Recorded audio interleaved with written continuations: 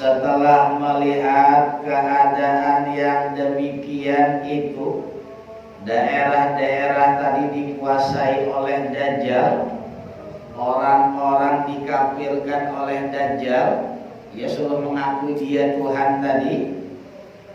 Lalu Allah Ta'ala mengutus Nabi Isa Al-Masih ibni Maryam alaihi salam turun, ya, dari langit maksudnya, suruh turun pada menara putih di sebelah timur dari daerah Damaskus, Syria. Di situ nanti turunnya Nabi Isa tadi, pas di menara putih, memakai pakaian yang kuning. Pakaiannya tadi berwarna kuning. Telapak tangannya, ya, telapak tangannya Nabi Isa diletakkan di atas kedua sayap malaikat, dikawal oleh malaikat. Kalau Nabi Isa itu menundukkan kepalanya ke bumi, maka meneteslah air dari kepalanya. Itu menunjukkan, ya, ketampanan wajah Nabi Isa tadi. Kalau dia menengadah ke atas, artinya memandang ke langit, maka terlihatlah cahaya gemerlapan bagaikan mutiara. Ya, bajunya tadi, keindahan daripada baju yang dipakai oleh Nabi Isa tadi. Kalau ada orang kafir yang tercium bau Nabi Isa, seketika itu juga orang kafir, ya, yang mencium bau Nabi Isa tadi, seketika itu juga mati. Jadi tidak payah dibunuh lagi. Melebihi daripada corona lagi, itu bercium bau mati. Ya, itu akhir zaman nanti. Jalannya cepat, jalannya Nabi Isa tadi cepat sepenglihatan mata, sekedip mata aja gitu sudah jauh. Dan kemudian Nabi Isa bertemu dengan Dajjal, ya, dan Dajjal itu pun dibunuh Nabi Isa. Nabi Isa nanti yang menyelesaikan masalah Dajjal nih. Tadinya Dajjal ini mau lari juga daripada Nabi Isa, sebab Dajjal sudah tahu yang bakal membunuh dia ini adalah Nabi Isa. Jadi dia sudah tahu, begitu ketemu sama Nabi Isa, dia mencari jalan agar tidak dibunuh oleh Nabi Isa. Ya, begitu ketemu sama Nabi Isa, dalam riwayat yang lain, Dajjal langsung menyuruh pengikutnya agar mendirikan sholat. Jadi sholat Dajjal tadi tidak menyesatkan orang di mata Nabi Isa. Tapi Nabi Isa sudah tahu, ya, sudah tahu. Sebab ketika Dajjal memerintahkan umatnya dari pengikutnya dari sholat, bukan waktu sholat. Nah, jadi kan ketahuan cuman pura-pura gitu. Nah, disitulah akhirnya, ya, akhir daripada Dajjal tadi, langsung dibunuh oleh Nabi Isa tadi. Padahal tanpa dibunuh pun Dajjal itu sudah ketakutan, dia melihat Nabi Isa itu ketakutan sudah, ya. Ada salah seorang kaum mukminin yang selamat dari fitnah Dajjal. Artinya dia sanggup melawan daripada kejahatan Dajjal tadi, kesesatan yang dibuat Dajjal. Kemudian menghadap pada Nabi Isa alaihi salam. bertemu Nabi Isa alaihi salam. Setelah ketemu, lalu Nabi Isa menghiburnya.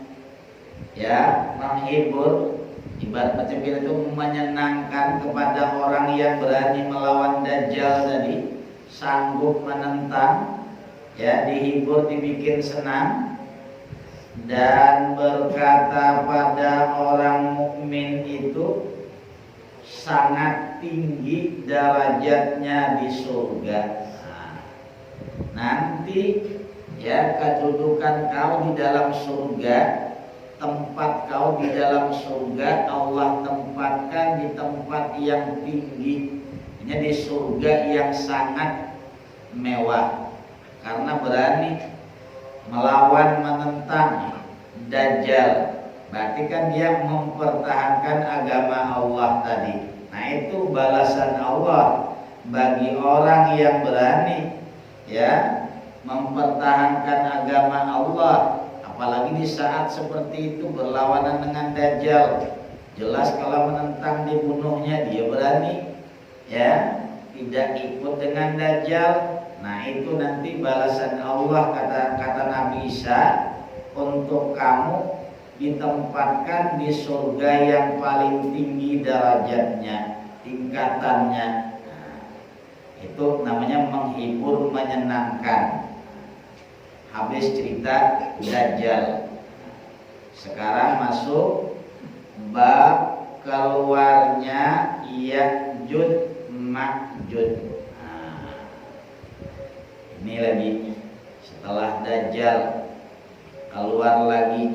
Ini Ya'juj Ma'juj ini sudah ada sekarang, cuman tidak tahu mana lagi kita tempatnya di mana. Sudah ada, ya, di zaman Nabi Dzulkarnain yang istilah kita, membenteng orang ini agar tidak keluar. Cuman bentengnya itu di mana kita tidak tahu. Yang jelas Ya'juj dan Ma'juj itu sudah ada, tinggal nunggu waktunya, cuman lagi dia dikeluarkan. Ya'juj Ma'juj sama dari bangsa manusia juga dia, ya, dari bangsa manusia macam kita lah juga, ya, cuman dia ganas, sama-sama dia ganas dia, ya. Nah, dan makmurnya dunia, lagi senang-senangnya sudah selesai. Dajjal tidak ada lagi kehidupan normal, ya, makmur dunia tadi. Timbul pula lagi Ya'juj dan Ma'juj. Nah, cobaan yang kedua lagi. Kaum mukminin lagi senangnya menikmati kemakmuran dunia, ya, lagi makmurnya dunia tadi, tidak ada gangguan sedikit pun. Tiba-tiba Allah Ta'ala memberikan wahyu kepada Nabi Isa alaihi salam. Begini, sesungguhnya waktunya saya mengeluarkan makhluk saya, kata Allah kepada Nabi Isa, yang tidak seorang pun bisa mengalahkannya. Nah, hebatnya Ya'juj dan Ma'juj nih, ya, tidak ada satupun yang dapat mengalahkan. Oleh karena itu kata Allah, wahai Nabi Isa serta kaum muslimin, hendaklah mencari tempat perlindungan di Gunung Tursina. Disuruh Allah mengungsi ke Gunung Tursina. Di situ tempat perlindungan yang aman daripada Ya'juj dan Ma'juj ini tadi, tidak diganggunya. Setelah Nabi Isa dan kaum muslimin berada di Gunung Tursina tadi, di dalamnya, dalam gua yang berada di Gunung Tursina, kemudian Allah Ta'ala mengeluarkan Ya'juj Ma'juj Ma'jud. Bentengnya dapat dibukanya benteng tadi. Keluar dia Ya'jud dan Ma'jud. Jalannya cepat sekali. Rombongan yang di hadapan, rombongan yang di depan melewati sumur Tobriyah, danau, anak sungai lah kalau istilah kita, dan meminum air sungai itu sampai habis, kering sungai itu, ya. Kemudian rombongan yang di belakang juga lewat pada sumur itu, pada danau itu, dan berkata, di sini seperti ada bekas air. Artinya rombongan yang pertama itu tidak ingat lagi dengan sebangsa dia di belakang itu. Biasa dia sama-sama dia aja tidak akur. Ya, sama-sama dia aja berlawanan. Itu contoh Ya'jud dan Ma'jud tadi. Kemudian mereka menjilati lumpur sumur itu. Tidak ingat lagi. Pokoknya selagi masih bisa mereka habiskan, mereka habiskan. Yang di belakang itu tidak ada urusan. Jahat Ya'jud Ma'jud. Dan pada suatu hari Ya'jud Ma'jud berhasil mengepung Nabi Isa dan kaumnya. Dapat dia, ya, menemukan tempat persembunyian Nabi Isa tadi, lalu dijagainya. Setelah lama Nabi Isa serta kaumnya yang bersembunyi, pekerja ida, makanan yang ada tulah dimakan. Mana lama kehabisan makanan, tidak ada lagi makanan, hingga saat itu, waktu sudah kehabisan makanan tadi, satu kepala sapi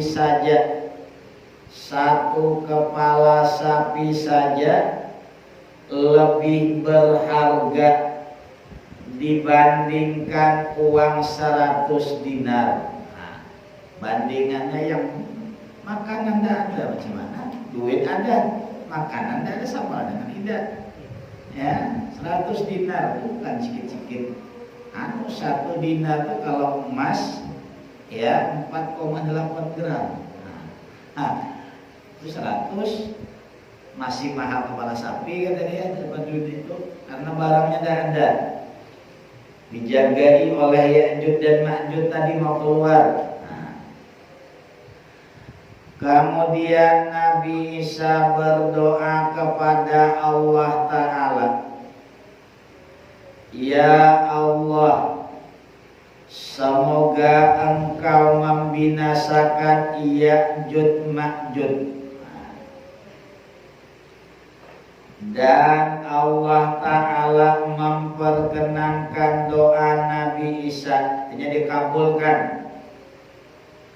Kemudian Allah mengutus beberapa ular yang merayap dan menggigit Ya'jud Ma'jud.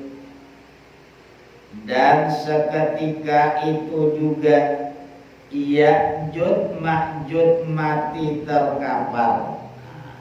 Allah juga yang membunuh, ya, artinya yang mematikan. Ya, makhluk Allah, terserah Allah lah, tidak ada urusan, ya.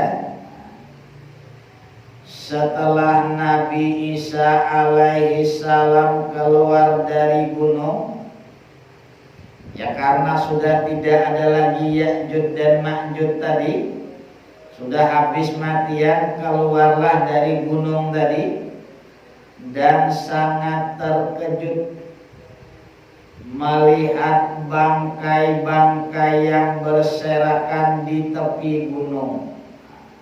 Banyak bangkai-bangkai ya, dan mengeluarkan bau yang sangat busuk. Iya tadi tuh Ya'juj Ma'juj tuh matian.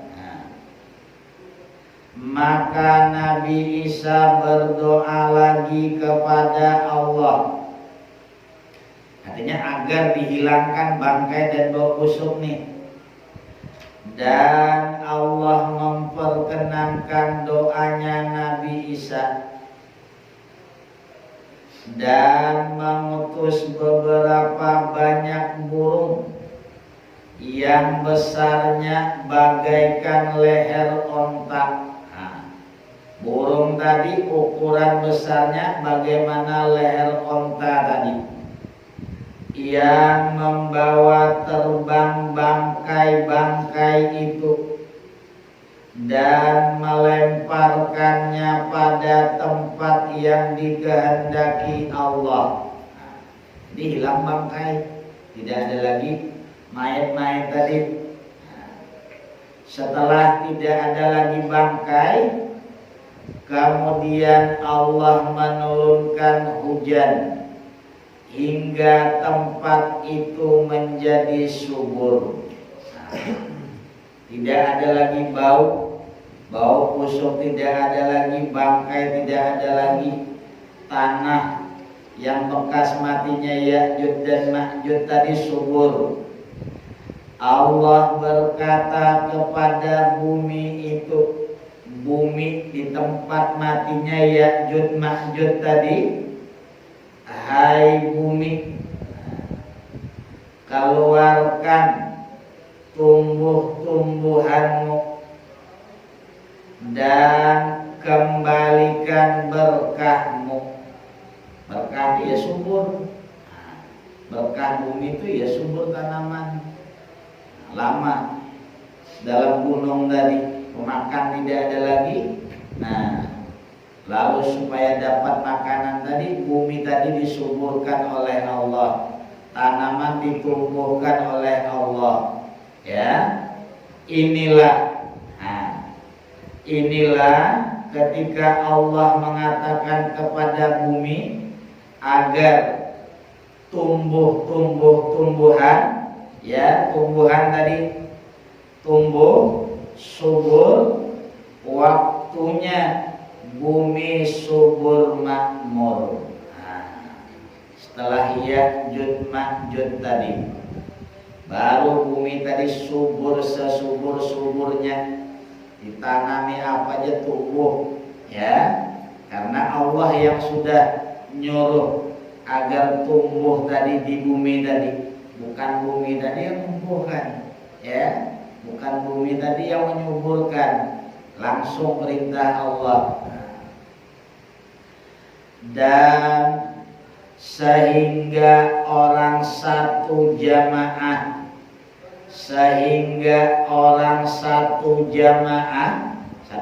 itu bisa sampai 10 orang, ya, satu jamaah itu bisa sampai 10, bisa juga kelompok lebih daripada 10, memakan sebiji buah delima. Sebiji buah delima dimakan sekelompok orang sudah cukup kenyang. Satu biji cuman, ya, cukup untuk orang banyak. Karena besarnya buah delima itu, macam mana besarnya tuh? Satu biji cukup untuk orang banyak, malahan kekenyangan, bersisa lagi. Ya, saking suburnya tanah ketika itu. Bahkan kulitnya yang kering, kulitnya delima tuh, kan delima tuh berkulit dia. Kulit buah delima yang kering bisa dibuat untuk bernaung. Berarti besar tuh. Kalau bisa dibikin payung tuh, tinggal menghayal ya, lebih macam besarnya kita tidak tahu. Pokoknya bisa dimakan orang banyak, kulitnya bisa dibikin payung. Berarti besar lah tuh sudah. Tinggal menghayal aja lagi. Kapan ada buah delima macam itu? Tunggu lagi tuh Ya'juj Ma'juj keluar gitu, baru bukan terima macam itu. Itu makmurnya dunia setelah itu. Di samping itu juga, suburnya tanaman-tanaman, tumbuh-tumbuhan, Allah memberi barokah pada air susu, sehingga susu onta satu ekornya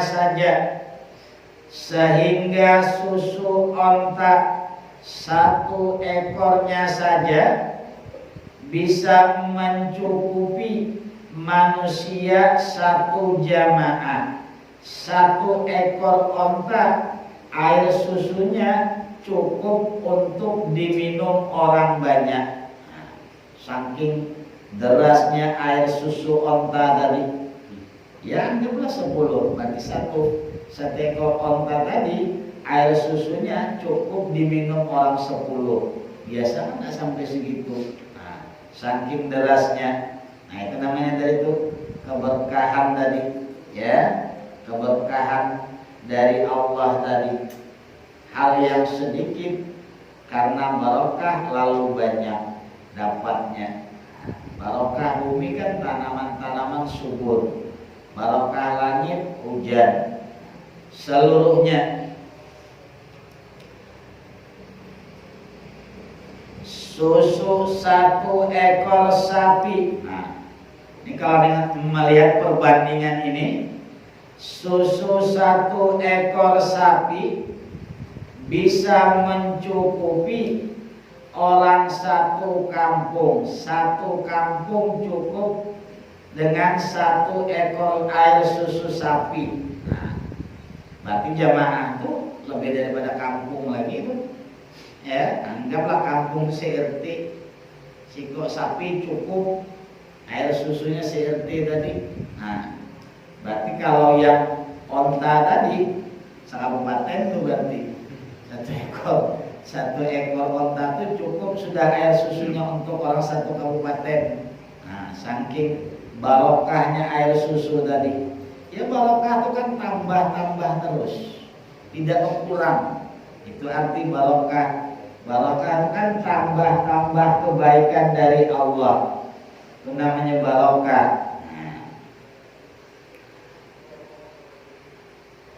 Dan susu satu ekor kambing bisa mencukupi satu keluarga beserta kerabatnya. Kerabat itu ya sanak pemilihnya. Nah, macam mana orang dah makmur ketika itu, ya. Wa fi riwayatin qala Rasulullah sallallahu alaihi wasallam fayakunu Isa alaihi salam fi ummatin hakaman wa adlan wa imaman muqsitan yaduqus saliba wa yaqtulul khinzira wa yadhul jizyata wa yatrukus sadaqata. Al-hadis. Kemudian Nabi Isa alaihi salam jadi juru hukum pada umatku. Ya, Nabi Isa yang diangkat menjadi hakim, yang menetapkan hukum, tapi tidak mengubah hukum Nabi. Dia cuma meneruskan.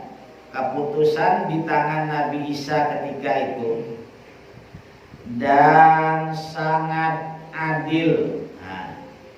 Nabi Isa ketika itu ditunjuk menjadi hakim, pemutus hukum, sangat adil, dan menjadi imam.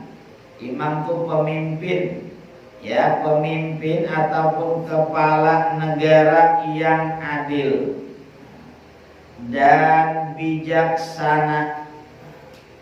Di masa itu, di masa Nabi Isa tadi, tindakannya sebagai seorang pemimpin adil, sebagai hakim dalam memutuskan hukum adil. Itu di zaman Nabi Isa nanti baru dapat imamun adlun tuh, pemimpin yang adil. Nah, sekarang adalah imamun adlun juga lah. Allah alam lah. Nah, kalau ini memang jelas sudah Nabi Isa. Nah, pokoknya imamun adlun terus lah. Kalau imam tidak adil kan dipilih orang, dipilih berarti imamun adlun lah tuh. Dan memecahkan palang salib dan membunuhi babi dan menghapuskan pajak. Ya, tidak ada pajak-pajakan lagi. Jizyah itu kan pajak maknanya. Misalnya jizyah itu pajak yang diberikan oleh orang kafir kepada pemerintahan Islam dan mereka mendapat perlindungan Islam. Pajak itu salah hukumnya jizyah itu, tapi itu kalau negara itu negara Islam yang memperlakukan undang-undang Islam kan begitu. Pajak itu ditarik daripada orang-orang kafir. Orang Islam tidak ditarik pajak. Karena kan yang dimakmurkan itu kan orang Islam tadi. Nah, orang kafir tadi yang dikenakan pajak diri, pajak harta mereka. Nah, dari situlah nanti dikelola untuk kemakmuran rakyat tadi, fakir, miskin, anak yatim. Nah, semuanya dari situ. Ada dulu zaman Rasulullah sampai zaman Khulafaur Rasyidin itu kan Baitul Mal. Baitul Mal itu tempat penyimpanan harta. Jadi siapa yang membutuhkan boleh minjam ke Baitul Mal. Sayyidina Umar pun sering minjam ke Baitul Mal tadi. Dan menghapuskan pajak, meninggalkan zakat, yang membiarkan zakat, sebab sudah kaya semua. Jadi tidak ada lagi orang yang mau menerima zakat ketika itu, tidak ada lagi.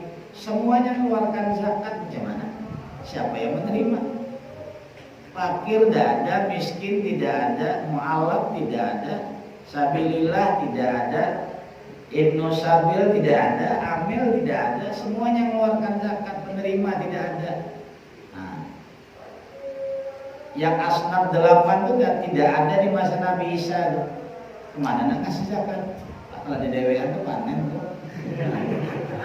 Dia cuma dewean terima. Rata-rata semuanya kaya semua. Tidak ada, makanya kan wayat rukus sadaqah dan meninggalkan zakat, artinya tidak ada lagi zakat ketika itu. Kenapa? Yang menerima tidak ada, yang memberi banyak. Semuanya orang mengeluarkan, penerima tidak ada. Nah, ya, tuh. Tapi nunggu dulu masanya tuh, Dajjal dulu, Ya'juj Ma'juj, baru ada itu. Nah, jadi tidak lagi mengurus zakat kambing. Ya kan, kalau hewan ternak, kambing itu 40 ekor, baru wajib 1 ekor kambing. Kalau punya kambing 40 ekor, wajib 1 ekor kambing. Kalau kambing kibas yang umur 1 tahun naik tahun kedua. Kalau kambing yang biasa umur 2 tahun naik tahun ketiga, 2 tahun lebih, 40. Baru wajib 1 ekor kambing. Nanti loncatnya jauh, 121 baru 2. Nah, itu nisabnya kambing. Onta, jadi tidak lagi mengurus zakat onta. Ada 5 ekor onta, wajib dikeluarkan. Ya, 1 ekor kambing, 10 ekor onta, 2 ekor kambing, 15 ekor onta, 3 ekor kambing. Zakatnya. hilang perasaan iri dan dengki. Tidak ada lagi. Ya, ketika itu tidak ada lagi iri dan dengki, itu tidak ada. Sekarang hanya menuntut kemarin waktu yang lagi rame-ramenya sawit. Sawit itu berapa? Sebulan 2 kali ya. Sebulan 2 kali bisa panen enak. Jadi yang bertanam padi ini protes dia. Kami kata dia bisa setahun sekali cuma kadang-kadang paling banyak setahun 2 kali. Kenapa? Kan wajib zakat kata dia. Yang sawit itu tidak wajib zakat. Kau kan jelas nanam padi. Padi itu kan termasuk barang yang wajib dizakati. Tanam tanaman yang sifatnya mengenyangkan dan tahan lama disimpan. Sawit itu kalau dinamakan sawit bisa dizakati. Gak usah diiri lagi gitu. Yang ditanam itu memang tidak dianjurkan zakat, cuma ditanam zakat gitu. Enggak ada salah lagi menanam padi, menanam di sawit, ada kena zakat kan gitu. Jangan diprotes lagi. Ini nuntut makanya sawit itu zakat juga kata dia. Masa kami yang zakat, sawit tidak? Kan sawit tidak termasuk tanaman-tanaman yang dimakan. Nah, sekalipun ada, kalau kita berpindah mazhab yang mewajibkan sawit dan zakat, kita tidak tahu juga ukuran persentase orang itu macam mana. Sulit ya. Hilang kepuasan macan dan harimau, hilang bisa ular, sampai ada seorang anak-anak yang berani memasukkan tangannya pada mulut ular. Nah, itu menunjukkan makmurnya. Harimau sudah ada lagi galak, tidak berani lagi, biasa bergabung, sudah akur sudah sama manusia zaman itu tuh. Ular pun tidak ada lagi gigit. Nah, hewan-hewan tuh sudah ada lagi rasa takut dengan manusia. Nah, ya, makmurnya ketika itu kembali lagi ya ke masa sebelum terjadi pembunuhan antara Qabil dan Habil. Kan itu awal-awalnya nih. Awal-awalnya hewan tadi akur semua, tanaman-tanaman itu tidak ada yang berduri, air tadi tawar semuanya. Nah, setelah kejadian pembunuhan antara Qabil dan Habil tadilah hewan-hewan tadi mulai takut dengan manusia. Lalu mulai dia melawan sama manusia tadi itu. Sebab sesama dia dibunuhnya katanya apalagi sama kita. Tuh. Agama pada waktu itu di zaman Nabi Isa tadi cuma satu, yaitu agama Islam. Tidak ada lagi agama yang lain. Pemerintahannya pun satu, dipegang oleh Nabi Isa langsung. Jadi tidak ada yang disembah kecuali hanya Allah Ta'ala saja. Alat-alat perang dimusnahkan, artinya dibikin memang aman seaman-amannya. Orang Quraisy juga tercopot kerajaannya. Nah, artinya tidak ada, semuanya sama ketika itu. Tidak ada merasa ini yang tertinggi, ini yang rendah, tidak ada. Buminya bersih bagaikan perak. Nah, indahnya tadi. Dan bisa menumbuhkan tumbuh-tumbuhan yang subur seperti zamannya Nabi Adam alaihissalam. Hingga orang satu jamaah, ya satu kelompok yang banyak, bisa kenyang dengan makan anggur satu tangkai. Nah, satu tangkai cukup orang banyak. Dan bisa kenyang dengan makan sebiji delima. Sapi cukup berharga, tetapi kalau kuda murah sekali. Nah, sapi masih ada nilai, kalau kuda tidak ada nilainya, murah nian di masa itu. Nah itu ya, ketika Nabi Isa tadi yang memimpin macam itu keadaannya. Cuman entah kapan kejadian tidak tahulah, akhir zaman lah ya di situ nanti. Cuman sebelumnya tadi mereka susah sesusahnya tadi. Sebahagian sahabat berkata, "Ya Rasulullah, sebab apa kuda itu murah harganya?" Wallahu a'lam. Panjang.